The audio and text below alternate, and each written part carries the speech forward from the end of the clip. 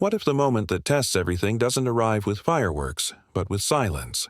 What if the loudest sound in football is the collective inhale of a stadium that suddenly feels way too quiet? What if the plan you drew up all summer, every rep, every cut-up, every alignment, gets pushed to the edge by one play you didn't see coming? Detroit, look me in the eyes. Tonight isn't about panic. It's about identity. Because when the lights get harsh and the questions get sharp, this city doesn't fold. We recalibrate, we reload, and we respond. Welcome back to Lions News Fan Report, the home base for smart, passionate, blue-collar football talk. If you live and breathe Honolulu blue, you're family here. In this video, I'm going to walk you through what really changed in Week 1, what the tape hints at, the decision tree the coaching staff is staring down, and exactly how Detroit keeps control of its season. I'll give you timelines, contingency, plans, and matchups that decide Week 2. Stay with me, because the truth isn't just a headline, it's a map. Start here. Great teams are built for turbulence. You don't learn who you are while up 3 scores. You learn it after a gut punch when the opponent shoves you off script and says, "Now what?" This roster was assembled with those moments in mind. Length on the perimeter, speed in the second level, depth with purpose, not just names on a chart. When adversity knocks in Detroit, our answer is a culture. Defense first, because that's the heartbeat.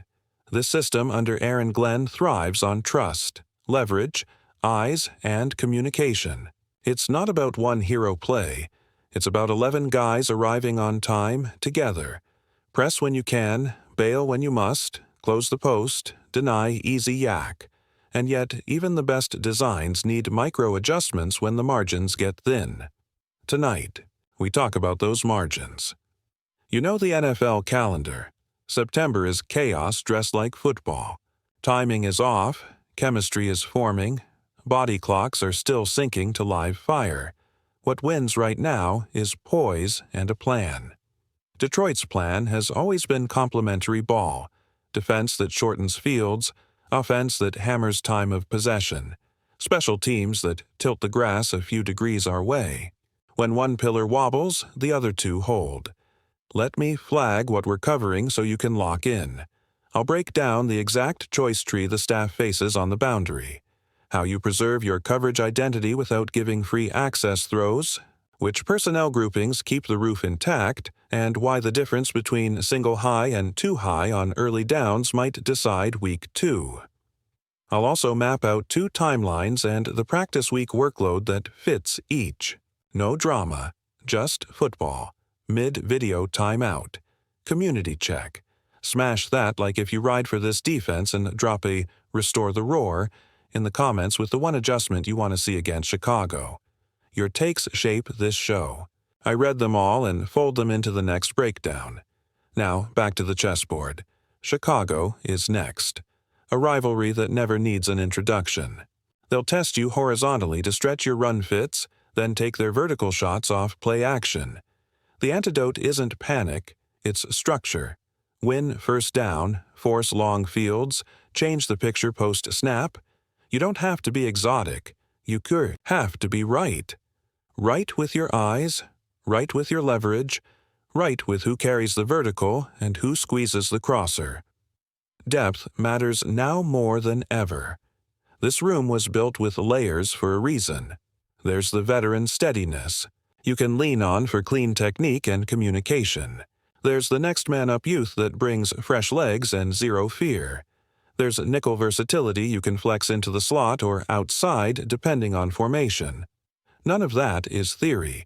It's why you draft the way Detroit drafts and sign the way Detroit signs. Let's talk process, not panic. Medical staff sets the baseline, coaches build scenarios, and the players' feedback is the compass. You never win a season in September, but you can lose one by rushing what should be methodical. The smart play is building a plan that protects the long game while giving Week 2 a real shot at being handled in-house. Here's the truth you came for. In Week 1 against Green Bay, Detroit took a 27-13 loss. And on the second offensive series, our top rookie corner exited with what was later identified as a groin issue. He tried to gut through snaps in the first half and was ultimately ruled out. The team ordered imaging. Early reporting indicates it isn't believed to be serious, which is a sigh of relief. But groins are tricky, and the staff shouldn't, put a calendar over common sense. We're talking about Terrion Arnold, the tone setter we drafted to be a day one pillar. Now we manage it. Here are the two clean timelines that fit what we know. Timeline A, tightness, low-grade strain, ramp him conservatively, limited practice. Early, retest acceleration and change of direction on Friday, probable with a snap count and in-game monitoring. Timeline B, symptoms linger, you sit him a week, build strength and range, and keep the rest of the room on alert. Both timelines are wins if the long arc of the season stays intact. This isn't about heroism, it's about January. What changes? If he's limited or out. Boundary geometry first. You can keep the outside leverage principles and play more too high early downs to deny explosives, ask your pass rush to win on time, and force Chicago to stack 10, 12-play drives. Rotate the nickel based on formation strength. If they go heavy, RPO, prioritize quick trigger and rally tackling. On money downs, mix pressman with trail technique plus post-safety help. Dare them to string contested throws instead of gifting. Freebies. Personnel-wise, you've got 3 levers. Lever 1. Elevate the next outside corner and keep roles familiar. Continuity wins, even if there's a talent dip. Lever 2. Slide a versatile DB outside and bring in a different nickel who communicates like a linebacker. Yes, you might sacrifice a bit of pure man ability, but you gain clarity, which kills busts. Lever 3.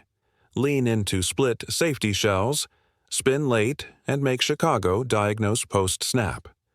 None of these require reinventing your identity. They refine it for a week. Complementary ball has to do its job too.